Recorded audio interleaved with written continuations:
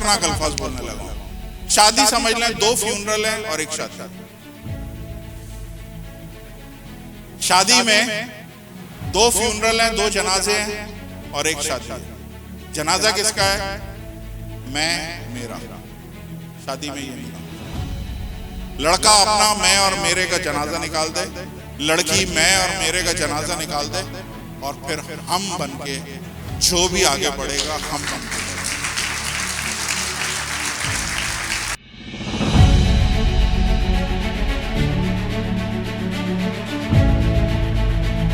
मेरी बीवी की इज्जत मेरी इज्जत है, मेरी बीवी की सक्सेस मेरी सक्सेस है। जब आपके जहन में ये होगा कि मैं उससे जल नहीं रहा, मैं उससे चिढ़ नहीं रहा, ये है कवर्नेंट मैरिज। मजाल ही नहीं, कोई सवाल ही नहीं पैदा होता कि कोई भी आपकी शादी को नुकसान पहुंचा सके। आप लोग मैं अलग नहीं है, आप लोग हम हैं और हम ही हमेशा रहेंगे।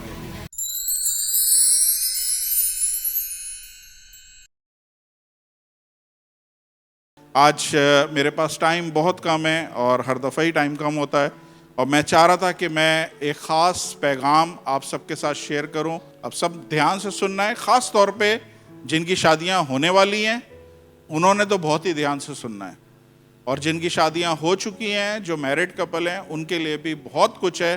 बाइबल में बाइबल के स्कॉलर्स एक चीज़ अमूमन कोट करते हैं और उसे कहते हैं law of first mention. Law of first mention का मतलब है कि वो चीज़ जो सबसे पहले बाइबल में लिखी गई हो उसको देखा जाए, पढ़ा जाए और उसकी स्टडी की जाए, इसे कहते हैं लॉ ऑफ फर्स्ट मेंशन। याद रखिएगा, ये है क्या चीज़ कि अगर आपने किसी भी टॉपिक के बारे में बात करनी है, फॉर एग्जाम्पल आपने अल्कोहल के बारे में बात करनी है, तो लॉ ऑफ फर्स्ट मेंशन आप जाएं बाइबल में, सबसे पहले अल्कोहल कहाँ पे इस्तेमाल की गई, उसका सारा सीन क्या था, उस पर खुदा का क्या रिएक्शन था, आपको अल्कोहल के बारे में खुदा के माइंड का पता चल जाएगा। ठीक है। अगर आपने कुर्बानी के बारे में बात करना है, law of first mention, go back check करें बाइबल में सबसे पहले कुर्बानी का जिक्र कहाँ आया है, वो देखें, आपको पता चल जाएगा खुदा की हार्ट बीट क्या है उस टॉपिक को लेके। तलाक के बारे में, पहली तलाक कहाँ हुई है, कब हुई है, आप जाके बाइबल में देखेंगे, आपको पता चल जाएगा। इसे कहते हैं लॉ ऑफ फर्स्ट मेंशन। तो आज हम देखेंगे शादी के बारे में, और शादी के लिए हम देखेंगे कि पहली शादी कब हुई, कैसे हुई, और खुदा ने उस पूरे सीन को किस तरह से लिया, या हमारे लिए खुदा ने उसमें से क्या पैगाम रखा। और खुदा यकीनन आप सबसे, खास तौर पे नौजवान लड़कियों से जिनकी शादियां होने वाली हैं, लड़कों से जिनकी शादियां होने वाली हैं, उनसे ज़रूर आज बात करेगा। तो सबसे पहले शादी का जिक्र जब आया है, मैं आपको दिखाना चाहता हूं पैदाइश 2 बाब, इसकी 15वीं आयत में शुरू होंगे, जेनेसिस चैप्टर 2 वर्स 15 ऑनवर्ड। और खुदावंद खुदा ने, अब ध्यान से सुनिएगा, और खुदावंद खुदा ने आदम को लेकर बागे अदन में रखा और उसकी बागबानी और निगहबानी करे। बागे अदन में रखा ताकि वो उसकी बागबानी और निगहबानी करे, टेक केयर करे उस बाग को जो खुदा ने बागे अदन के तौर पे उसे दिया था। नेक्स्ट, और खुदावंद खुदा ने आदम को हुक्म दिया और कहा तू बाग के हर दरख्त का फल बेरोक टोक खा सकता है। नेक्स्ट, लेकिन नेक और बद की पहचान का दरख्त का फल कभी ना खाना, क्योंकि जिस रोज तूने इसमें से खाया तू मरा। नेक्स्ट, और खुदावंद खुदा ने आदम का अकेला रहना अच्छा नहीं समझा, मैं इसके लिए एक मददगार उसकी मानंद बनाऊंगा। नेक्स्ट, ये ध्यान से देख लीजिएगा, ये खुदा को ख्याल आया है, आदमी को ख्याल नहीं आया है। खुदावंद खुदा ने कुल दश्ती जानवरों और हवा के कुल परिंदे मट्टी से बनाए, उनको आदम के पास लाया और कहा कि देख इनके क्या नाम रखता है, और आदम ने जिस जानवर को जो कहा वही उसका नाम ठहरा। नेक्स्ट, और आदम कुल चौपायों और हवा के परिंदों और कुल दश्ती जानवरों के नाम रखे, पर आदम के लिए कोई मददगार उसकी मानंद नहीं मिला। नेक्स्ट, और खुदावंद खुदा ने आदम पर गहरी नींद भेजी और वो सो गया, उसने उसकी पसलियों में से एक को निकाला, उसकी जगह गोश्त भर दिया। नेक्स्ट, और खुदावंद खुदा उस पसली से जो उसने आदम से निकाली थी एक औरत बनाकर उसे आदम के पास लेके आया। नेक्स्ट, और आदम ने कहा ये तो अब मेरी हड्डियों में से हड्डी और मेरे गोश्त में से गोश्त है, इसलिए नारी कहलाएगी क्योंकि वह नर से निकाली गई है। नेक्स्ट, इस वास्ते मर्द अपने माँ बाप को छोड़ेगा और अपनी बीवी से मिला रहेगा और वो एक तन होंगे। नेक्स्ट, और आदम और उसकी बीवी दोनों नंगे थे और शर्माते ना थे। इसके बाद बाप खत्म हो गया, उसके बाद अगला बाप शुरू होगा जो मैं आपको बताऊंगा। पहली चीज, जितनी भी नौजवान लड़कियां शादी के लायक हैं या शादी की ख्वाहिश रखती हैं, इसमें से ध्यान से देखिए, खुदा आज आपसे बात कर रहा है। पहली चीज जो आपने लड़के में देखनी है वो ये देखनी है, क्योंकि आदम को जब खुदा ने बनाया है तो आदम को औरत के पास या औरत को आदम के पास लाने से पहले आदम खुदा के साथ होता था। आदम का खुदा के साथ रिलेशन था, वो खुदा से बातें करता था, खुदा उसे काम देता था। तो पहली चीज जो आप लोगों ने जहन में रखनी है, माँ बाप जितने अपनी बेटियों के लिए रिश्ते के लिए परेशान हैं, ध्यान से देख लें। खुदा का देखें, बाइबल में खुदा ने एक पूरी पैटर्न लिखा हुआ है, पूरा पैटर्न लिखा हुआ है। अगर हम उसको फॉलो करेंगे 100% हम ब्लेस होंगे। अगर हम उसके आसपास दाएं बाएं घूमेंगे हम कभी बरकत नहीं पाएंगे। बाइबल में लिखा हुआ है कि जो लड़का आप देखना चाह रहे हैं या जो लड़का आप अपने बच्चे के लिए पसंद करना चाह रहे हैं, उसका रिलेशन खुदा के साथ होना चाहिए, पहली चीज। दूसरी चीज बाइबल में लिखी है कि खुदा ने उसे बाग की बागबानी के लिए भेजा था, उसे बाग की बागबानी के लिए, उसे बाग की टेक केयर के लिए खुदा ने उसे मुकर्रर किया था। तो दूसरा चीज जो आपने लड़के में देखनी है कि वो काम धंधा करने वाला हो। शादी से पहले वो लड़का काम काज का हो, काम करता हो। हमारे पास यहाँ पे कुछ अर्सा पहले एक बहन आई थी, अपने बच्चे को लेके, उसका 22 साल का बच्चा था, बच्चे को लेके बड़ी परेशान थी। कहती थी ये नशा करता है, एक्सीडेंट कर दिया है, पुलिस केस बन गया है और इसका बाप बोल रहा है कि इसकी शादी कर दो। तो मैंने कहा ये कमाता क्या है? क्या नहीं कमाता वमाता नहीं है, उसका बाप भेजेगा अमेरिका से पैसे, इसकी बस शादी करनी है। तो बिब्लिकल चीजों में जब आप देखेंगे ना, आपको नजर आएगा इट्स रॉन्ग। जो लड़का अपने पैरों पे खुद नहीं खड़ा हो सकता, कहां चले गए दूल्हे मियां? आ जाए भाई, आ जाए, आ जाए, आज सीट ऑफ ऑनर आपकी है, आ जाए इधर, आ जाए। जो लड़का अपने पैरों पे खड़ा नहीं है, जो लड़का माँ बाप के बलबूते पे अभी भी पल रहा है, वो शादी के लायक नहीं है। बाइबल में बताया गया है कि खुदा ने उसे जॉब दी थी, खुदा ने उसे काम दिया था, वो काम करता था। और काम भी क्या करता था? वो पूरे बाग की अकेला निगहबानी करता था। जो कुछ भी बाग को करने के लिए, उसको खोदना है, उसको टिल्ट करना है, उसमें पानी डालना है, जो कुछ भी काम था, काटना पीटना, सब वो करता था अकेला। तो पहली चीज लड़के में देखनी है कि वो खुदा के साथ उसका रिलेशन हो। दूसरी चीज, वो निकम्मा नहीं हो, नकारा ना हो, काम काज करता हो। तीसरी चीज खुदा ने उसे क्या दी है कि ऑलरेडी उसके पास एक जॉब थी, खुदा ने उसे एक और जॉब दे दी और उसे बोला है जितने भी दुनिया के जानवर हैं मैं तेरे पास लेके आऊंगा, तूने उसके नाम रखने। इसका मतलब यह है कि वो जो भी शख्स है जिसको आपने सोचा है कि इससे मैंने शादी करनी है, वो स्मार्ट होना चाहिए। वो ऐसा ना हो कि एक काम उसको मिला है, उसी को देख के घबरा गया है, जब दूसरा काम उसके पास आया है तो वो रेडी नहीं है उस काम करने के लिए। ये बंदे ने एक ही दिन में पूरी दुनिया के जानवरों के नाम रखे। तो लड़का देखने के लिए क्या चीजें जरूरी हैं? खुदा के साथ उसका रिलेशन हो, काम करता हो, निकम्मा ना हो, नालायक ना हो, स्मार्ट हो और हार्ड वर्कर हो, मेहनती हो। हालेलुया। अब बाइबल बताती है आगे क्या हुआ है। देखें, हम सब जितने भी हैं ना, हम सब के बारे में एक चीज है जो आम तौर पे कही जाती है कि हम मट्टी से बनाए गए हैं, हमें मट्टी लेके खुदा ने बनाया। हम सबको मट्टी से नहीं बनाया। जितने मेल हैं, जितने मर्द हैं, उनको मट्टी से बनाया गया है, लेकिन औरतों को मट्टी से नहीं बनाया है। औरतों को बाइबल बताती है कि उसने उधर से पसली निकाली है और पसली निकाल के उसने एक औरत बनाई है। इसका मतलब यह है कि जो औरत का रॉ मटेरियल है और जो मर्द का रॉ मटेरियल है बनाने का, दोनों डिफरेंट है। इसलिए ये दोनों दिखने में एक जैसे लगते हैं, एक ही जैसे लगते हैं। खुदा जानवरों को उसके सामने लेके आया, आदम के साथ ना कोई बंदर का मैच हुआ, ना कोई गाय का मैच हुआ, ना कोई भैंस का मैच हुआ। जब औरत उसके सामने बनाई गई है तो लगा दोनों एक जैसे हैं। बाहर से मर्द और औरत एक ही जैसे लगते हैं, एक ही स्पीशी है, एक ही कैटेगरी है, लेकिन अंदर से जो मैन्युफैक्चरिंग है वो डिफरेंट है दोनों की। इसलिए औरत डिफरेंट सोचती है और मर्द डिफरेंट सोचता है।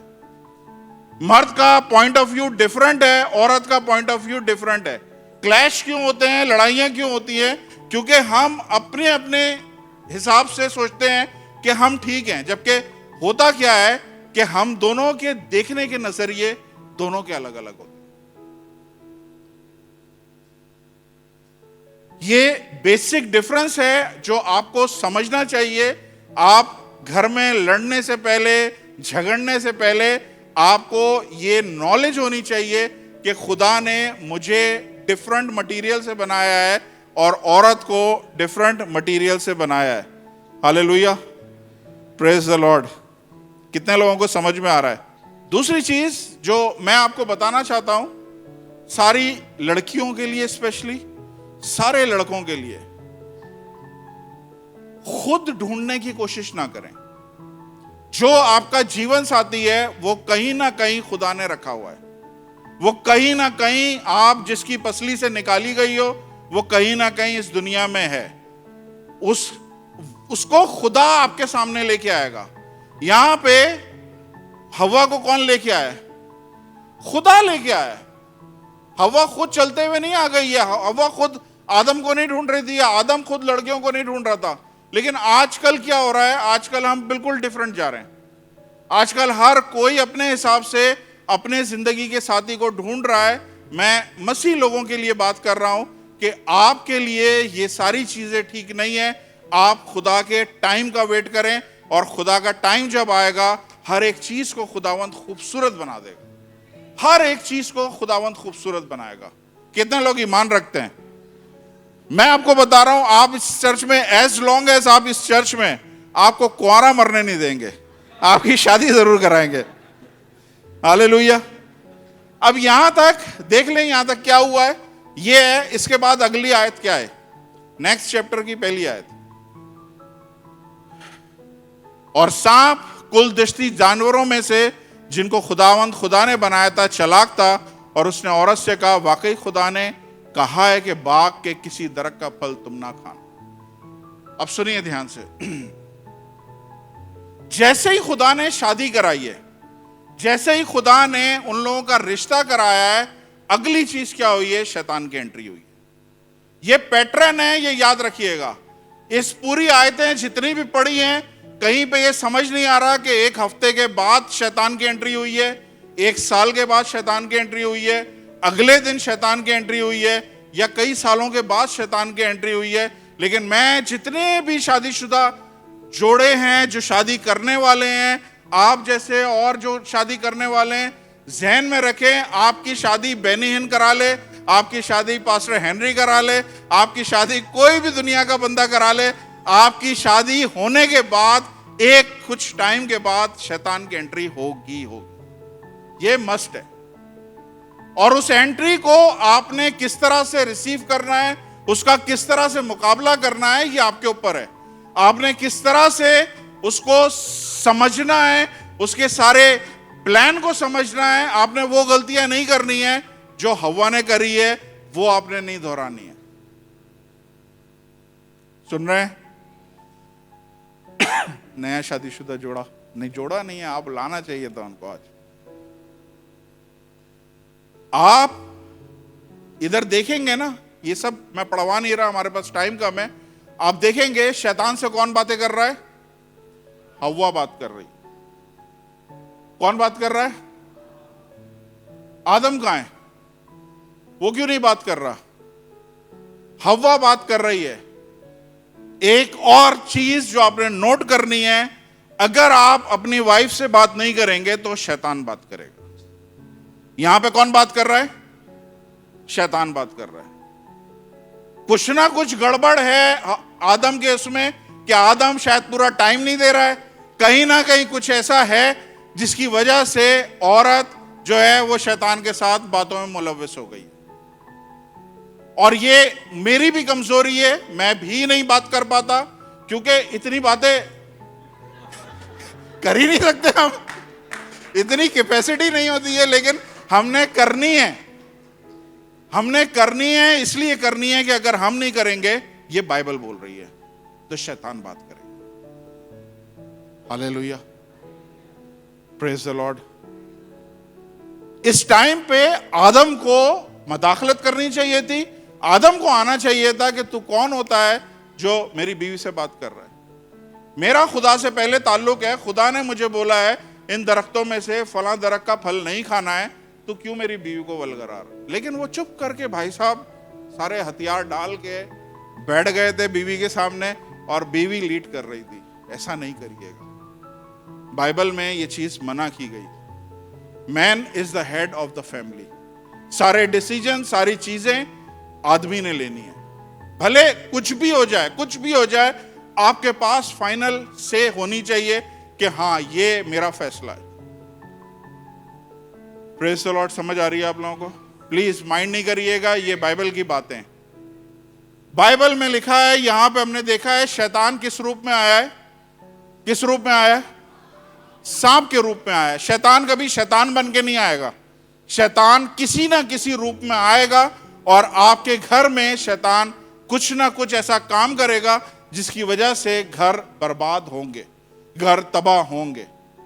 हालेलुया। जो मैंने नोटिस किया है कि हर दफा शैतान जो है ना, ये सांप के रूप में नहीं आता, खास खास मौकों पे आता है।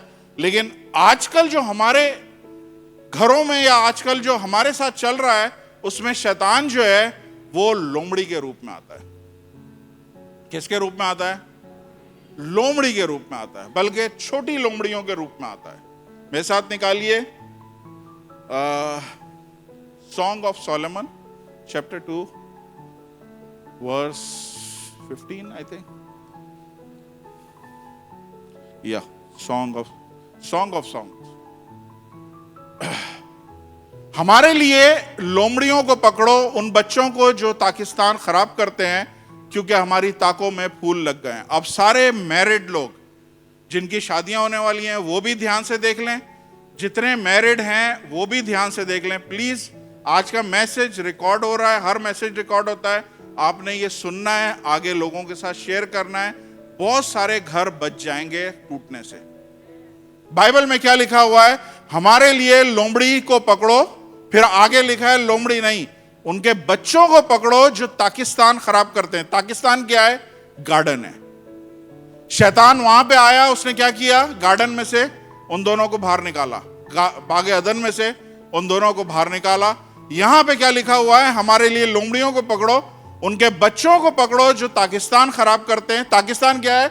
आपका गार्डन है, विनयार्ड जिसे कहते हैं, क्योंकि हमारी ताकों में फूल लग गए हैं। अब ध्यान से सुने, लोमड़ी के बच्चे उस वक्त क्यों नहीं आए जब वो पौधे लगा रहे थे, जब वो जमीन खोद रहे थे, जब वो सब कुछ कर रहे थे? उस टाइम पे कोई लोमड़ी के बच्चे नहीं थे। जब पौधे उग गए, पौधों में जब फूल लग गए, जब पूरा एक आपका गार्डन पूरी तरह से रेडी हो गया है, उस टाइम पे शैतान खुद नहीं आ रहा है। शैतान क्या कह रहा है? ये सारे काम के लिए लोमड़ी के बच्चे बहुत हैं। सिर्फ लोमड़ी के बच्चों ने ये सारा काम खुद ही खराब कर देना है। क्यों करना है? गौर से सुनिएगा, ये पहले नहीं आए, जब सब चीजें रेडी हो गई है ना, तब लोमड़ी के बच्चे छोड़े गए। लोमड़ी के बच्चे क्या हैं? लोमड़ी के बच्चे आपके मुंह से निकला हुआ एक छोटा सा अल्फाज, एक छोटा सा वर्ड है, और ये कब निकलेगा? जब सारी चीजें रेडी हो जाएंगी। मान लें आपने बड़ी दावत घर में करी है, दावत की बातें हो रही हैं, सब चीजें बढ़िया चल रही हैं, कोई प्रॉब्लम नहीं है। दावतों के लिए मेहमानों को ऑर्डर दे दिया, उनके इनविटेशन छप गए, सब हो गए, उनके पास चले गए, होटल में डेट बुक कर दिए, सारी चीजें, खाने वाले को ऑर्डर कर दिया है। अब दिन आ गया है, डेकोरेशन हो गई है, पूरा पाकिस्तान रेडी हो गया है। जब फ्लावर लग गए हैं, सब कुछ लग गए हैं, तब कहीं ना कहीं हस्बैंड वाइफ में कोई ऐसी बात होगी, एक छोटी सी बात होगी, और उसके बाद एकदम से बात भड़क जाएगी। छोटा लोमड़ी के बच्चे चाहिए, बड़ा कोई भालू नहीं चाहिए, बड़ा कोई कोई कोई ऐसा चीज नहीं चाहिए। एक छोटी सी अल्फाज मुंह से निकालने हैं और भस्म। वो चीज ऐसी ट्रिगर करेगी कि एक छोटी सी बात बड़ी सी लड़ाई में कन्वर्ट हो जाएगी।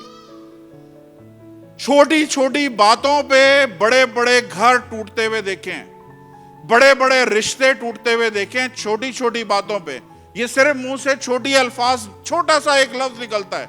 मान लें मेरी वाइफ ने मुझे ग्रोसरी के आइटम दिए 30 आइटम, 30 आइटम दिए कि 30 आइटम लेके आ जाओ। मैं गया दौड़ दौड़ के 30 आइटम ध्यान से करे, 29 ले आया, एक भूल आया।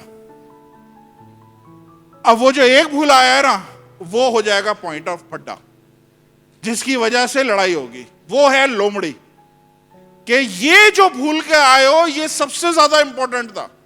29 तुम भूल के आ जाते, ठीक था, ये एक जो लेके नहीं आए हो इसकी वजह से सब खराब हो गया। अब वो बंदा जो ख्वार हुआ है 3 घंटे सारी चीजें ढूंढ ढूंढ के लेके आया है, सिर्फ एक बात से क्या हुई, सारी चीजें खराब। क्या होता है, ये लोमड़ी के बच्चे। जितने मैरिड कपल यहां पे बैठे हैं, मेरी बात से कितने एग्री करते हैं? कोई हैं हिम्मत वाले? प्रेज द लॉर्ड, सही चर्च में आप लोग आए हुए।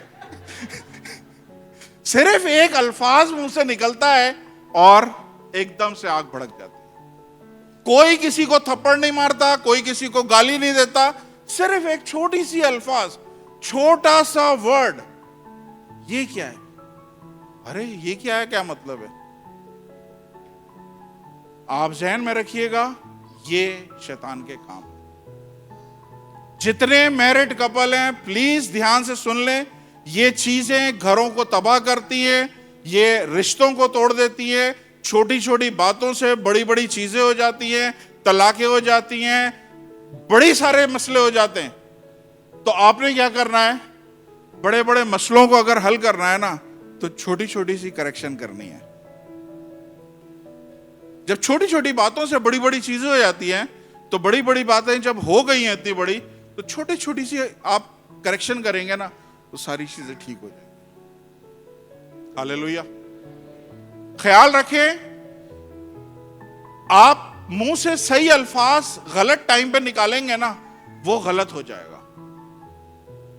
अच्छी बात गलत मौके पे बोलेंगे, गलत हो जाएगी। अच्छी बात को आप वेट करें और मौका आने का इंतजार करें, उस टाइम पे बोलेंगे, आपका हस्बैंड आपकी बात सुन लेगा। लेकिन अगर आपने वहीं का वहीं उसको सुना देना है और बता देना है कि वो कितना बड़ा दुनिया का बेवकूफ आदमी है, जिसने ये स्टेप लिया है, ये करा है, ऐसा कर लेता, तो वहां से गड़बड़ हो जाती है। आपको नजर आ रहा है गलती हो गई है, थोड़ी देर चुप, उसे भी समझ में आ गया है कि गलती हो गई है। उसको अब ये नहीं सुनना कि मुझे आगे से आप लोग जलील करो, मुझे आप बोलो कि मैंने ये गलती करी है। हो गई ये गलती, सबसे होती है। Just wait, just wait. क्यों शैतान आपकी यूनिटी को तोड़ना चाह रहा है? क्योंकि जैसे ही आपकी यूनिटी टूटेगी, आप अलग अलग होंगे, आप में डिसएग्रीमेंट होगा, शैतान आपका घर आराम से तोड़ सकता है। ये उंगली, मैं एक उंगली से किसी के साथ कुश्ती लड़ूंगा ना, कुछ भी नहीं कर सकता। एक एक उंगली कुछ नहीं कर सकती। जब मुट्ठी बनती है, सब यूनिटी के साथ होते हैं ना, तब आप शैतान का मुंह तोड़ सकते हैं। लेकिन जब आप अकेले अकेले रहेंगे, आप कुछ भी नहीं कर सकते। हालेलुया। समझ में आ रहा है? जोरदार तालियां बजा दें खुदा के लिए।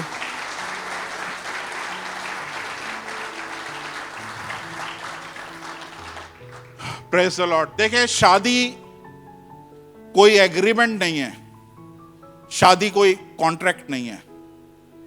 कॉन्ट्रैक्ट एग्रीमेंट कंपनियों के दरमियान होते हैं, शादी एग्रीमेंट नहीं है, शादी कोई पेपर नहीं है, शादी कोई कॉन्ट्रैक्ट नहीं है। शादी क्या है? शादी एक कवनेंट है। राहुल भाई, शादी क्या है? एक कवनेंट है। कवनेंट कहते हैं अहद को, एक अहद है। शादी एक अहद है। शादी ड्रेस नहीं है कि आज आपको आ रहा है, कल छोटा हो गया या टाइट हो गया तो आपने बदल लिया। शादी मोबाइल नहीं है कि आज ये सही है, मॉडर्न है, लेकिन थोड़े दिनों के बाद ये आउटडेटेड हो जाएगा, इसका मॉडल पुराना हो जाएगा तो हम बदल लें। नहीं, शादी क्या है? एक कवनेंट है। जब आप किसी के साथ निकाह के खूबसूरत बंधन में बनते हैं तो आप उसके साथ एक अहद में बनते हैं। बाइबल में लिखा हुआ है कि अब मौत ही हमको जुदा कर सकती है, यानी मौत के अलावा और कोई चीज नहीं है जुदा होने की। लेकिन आजकल जो चल रहा है, शुक्र है खुदा का, हमारे मसीहों में ऐसा नहीं है, लेकिन गैर कौमों में यूं शादियां हो रही हैं, 2-2 महीने के बाद खत्म हो रही हैं। बड़े बड़े सेलिब्रिटीज, बड़े बड़े मशहूर लोगों की शादियां हो रही हैं, कोई शादियां चलती ही नहीं है। क्यों शादियां नहीं चल रही हैं? क्योंकि शादियों को वो कवनेंट की तरह नहीं ले रहे हैं, शादियों को वो अहद की तरह नहीं ले रहे हैं, शादियों को टेस्ट एंड ट्रायल कर रहे हैं। शादियां टेस्ट एंड ट्रायल नहीं है, शादियां एक कवनेंट है, एक अहद है, और एक दफा जब आप इसमें बंध गए, सिर्फ मौत ही आपको अलग कर सकती है। हालेलुया। कितने लोग समझ पा रहे हैं? Praise the Lord, hallelujah. Covenant marriage क्या होती है, जिसे हम क्रिश्चियन मैरिज कह सकते हैं। क्रिश्चियन मैरिज क्या होती है? कवनेंट मैरिज क्या होती है? कवनेंट मैरिज होती है जो आदम और हव्वा की हुई। कितने लोग हैं इसमें शामिल? कितने लोग शामिल हैं? 2, 3? कितने लोग हैं सिस्टर, बताइए कितने लोग शामिल हैं आदम की शादी में? 3, एक मर्द, एक औरत, एक आदम, एक हव्वा और एक खुदा। हमारी जो क्रिश्चियन कवनेंट मैरिजेस हैं वो 2 लोगों के दरमियान शादी नहीं है, वो 3 लोगों के दरमियान शादी। और उस टाइम पे खुदा था जब पहली शादी कराई गई है। अगर आपकी शादी में खुदा है, मैं आपको बता रहा हूं, आपकी शादी टूट ही नहीं सकती। लेकिन अगर आपकी शादी में खुदा नहीं है तो ये शादी टूट जाएगी। एक रस्सी ले लें, एक रस्सी को लेके खींचें, वो टूट जाएगी। 2 रस्सियां ले लें, उसको अलग अलग खींचें, वो भी टूट जाएंगे। लेकिन 2 रस्सियों को बल दे देंगे ना आप, तो फिर वो और स्ट्रांग हो जाएगी। लेकिन अगर 3 रस्सियों को आप औरत की चोटी की तरह गूंद के आप बल दे दें और फिर बोलें आप खींचो और तोड़ो, 3 रस्सियां जो है ना, ये खुदा बीच में शामिल है। जब तक हमारा खुदा हमारी शादी के दरमियान है, हमारी कवनेंट मैरिज में हमारे साथ है, मैं आपको बता रहा हूं, आंधियां आएंगी, ये शैतान की एंट्री भी होगी, सारी चीजें होंगी, लेकिन मजाल है कि कोई आपकी शादी को नुकसान पहुंच सके। ये ज़हन में रखिएगा कि खुदा हमारा ऐसा खुदा है। तो कवनेंट मैरिज क्या होती है? कवनेंट मैरिज वो होती है जिसमें हम ये बोलते हैं कि अब मौत ही हमें अलग करेगी। दूसरा कवनेंट मैरिज क्या होती है? ध्यान से सुन लीजिए, मैं एंड पे हूं। दूसरा कवनेंट मैरिज क्या होती है? जो जमीन पे की जाए और आसमानों पे रजिस्टर्ड हो। सुने, ये आप लोग पहली दफा सुनेंगे। जमीन पे शादियां हो लेकिन आसमानों पे वो रजिस्टर्ड हो, आसमानों पे उनका रिकॉर्ड बन जाए कि हां ये शादी हुई है इनकी आपस में। आपको याद है वो एक सामरी औरत थी जिसने कुएं पे खुदावंद यीशु मसीह से मुलाकात करी, लंबी गुफ्तगू हुई और खुदावंद यीशु मसीह ने बोला जा अपने शौहर को बुला ला। उसने बोला मैं बिना शौहर के हूं। तो खुदावंद यीशु मसीह ने क्या बोला? हां तो 5 शौहर पहले कर चुकी है, जो छठे के साथ रह रही है वो बिना शादी के रह रही है। सुन रहे हैं आप? 5 शादियां उसकी रिकॉर्ड हो गई ऊपर, लेकिन छठी वो रिलेशनशिप में रह रही है, और छठी रिलेशनशिप को खुदा शौहर नहीं बोल रहा। आज हमारे यहां रिलेशनशिप है, सिचुएशनशिप है, पता नहीं कौन कौन से शिप्स है, लेकिन खुदा क्या बोल रहा है? जो शादी कवनेंट मैरिज है वो 3 के साथ होती है। जिसमें खुदा शामिल है वो शादी कभी भी नहीं टूटेगी। हालेलुया।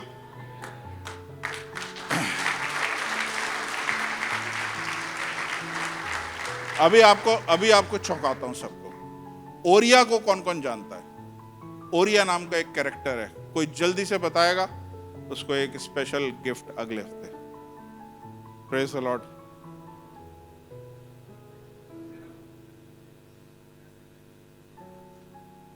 जोरदार तालियां।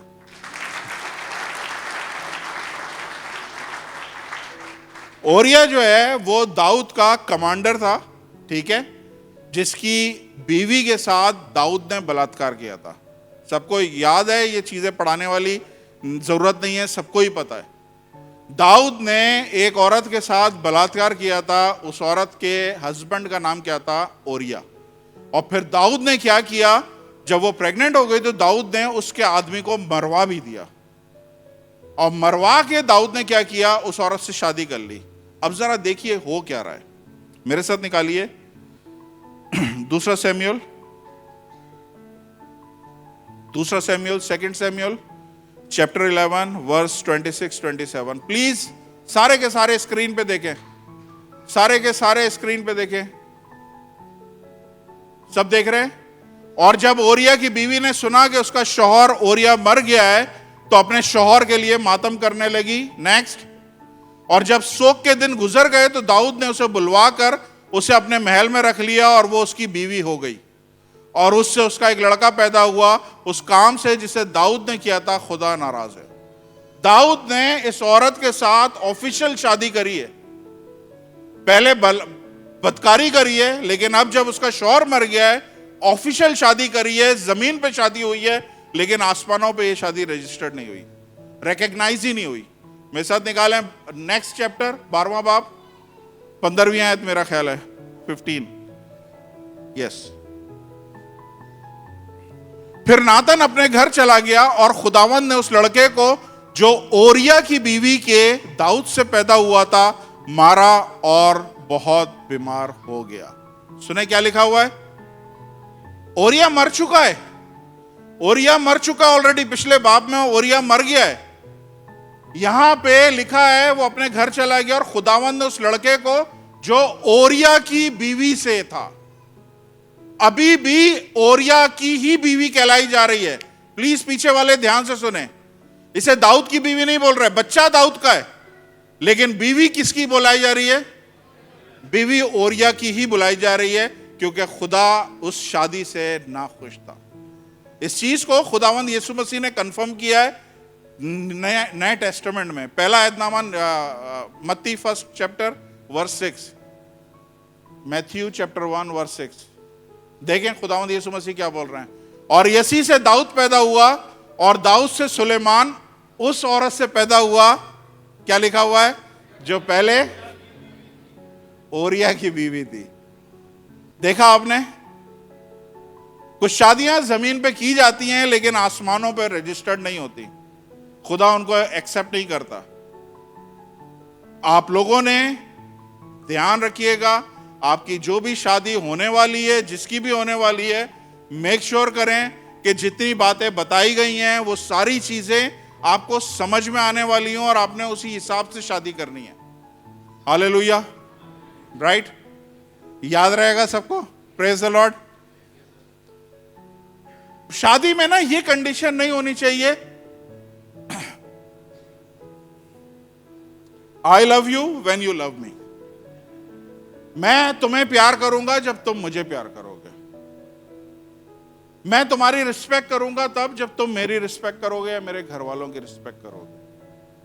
जब तक तुम मुझे खुश रखोगे, मैं तुम्हारे साथ खुश रहूंगा, लेकिन जब तुम खुश नहीं रखोगे, मैं तुम्हारे साथ खुश नहीं रहूंगा। खुद देखिए, कवोनेंट मैरिज जो है ना, कवोनेंट मैरिज कंडीशनल नहीं है कि ये करेगा तो मैं करूंगा, मैं ये ऐसा करेगी तो मैं करूंगा, वो ऐसा करेगी। सारा एंथनी बिल्कुल रिसेंटली शादी हुई है, ध्यान से सुन लें आप लोग।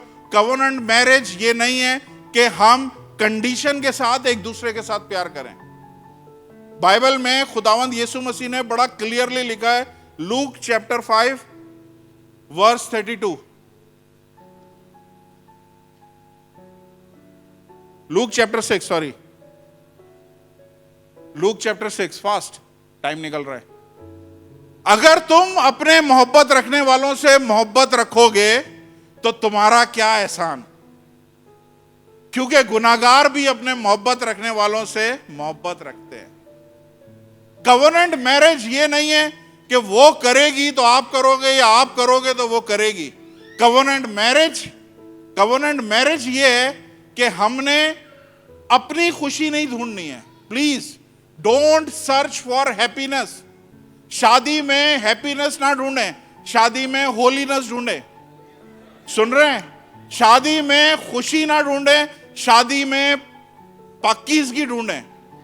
उसकी वजह यह है कि जब शादी में आप खुशी ढूंढेंगे, मान लें मेरी बीवी से झगड़ा हो गया और बातचीत बंद है, अब मुझे खुशी ढूंढनी है। अब खुशी ढूंढने के लिए मैं हो सकता है डिस्को में चला जाऊं, मैं हो सकता है किसी बार में चला जाऊं, मैं हो सकता है दारू पी लूं, मैं हो सकता है कोई और लड़की ले लूं। मैं अपनी खुशी करने के लिए मैं कुछ भी कर सकता हूं। बाइबल क्या बोल रही है, मैं आपको क्या बोल रहा हूं कि शादी जो है वो हैप्पीनेस नहीं है। Don't search for happiness. अपने लिए खुशी ढूंढे नहीं, अपने लिए पाकीज़गी ढूंढे। अगर आप की लड़ाई के बावजूद आप बाहर नहीं जाते हैं, आप कई जगह पे मुंह नहीं मारते हैं, आप कोई गलत काम नहीं करते हैं, आप अपने आप को पाकीज़ा रखते हैं, मैं आपको बताता हूं वो खुशी आपको अपने घर से ही मिलेगी।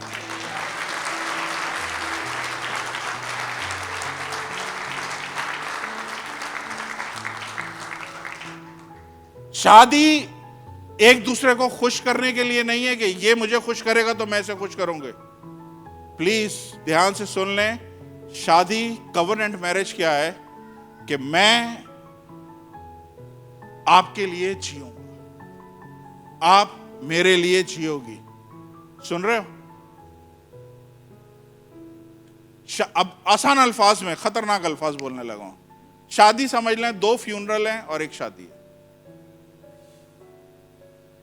शादी में 2 फ्यूनरल हैं, 2 जनाजे हैं और एक शादी है। जनाजा किसका है? मैं, मेरा। शादी में ये नहीं होना चाहिए।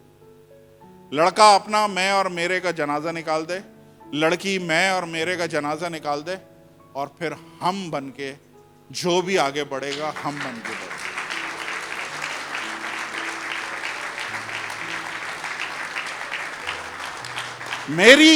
मेरी बीवी की इज्जत मेरी इज्जत है, मेरी बीवी की सक्सेस मेरी सक्सेस है।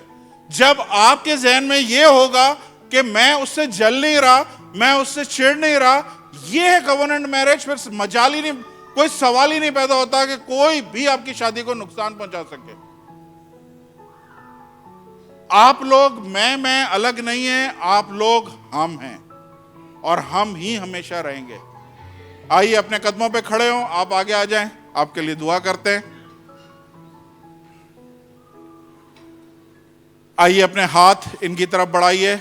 इनका नाम है शारून, शादी होने वाली है, बड़ा काम करने वाले हैं। रहम की नजरों से ना देखे, खुशी की नजरों से देखे। यह भी हिम्मत का काम है। आइए अपने हाथ बढ़ाएं, दुआ करते हैं। आसमानी बाप, यीशु के नाम से खुदावंद आपका शुक्र अदा करता हूं मैं शारून के लिए, मैं खुदावंद उसकी वाइफ निशा के लिए आपका शुक्र अदा करता हूं। ये खूबसूरत रिश्ते को खुदावंद आपने जोड़ा है, क्योंकि 2 अलग अलग मुल्कों से आपने इस रिश्ते को तैयार किया है। ऐ बाप, मैं दिल से इस वक्त दुआ करता हूं, जब अगले हफ्ते इन लोगों की शादी है खुदावंद, ये शादी की सारी तकरीब खुदावंद है बाप, उस तकरीब में आपकी मौजूदगी हम चाहते हैं। खुदावंद आपकी प्रेजेंस वैसे ही रहे जैसे आदम और हवा के टाइम पे थी।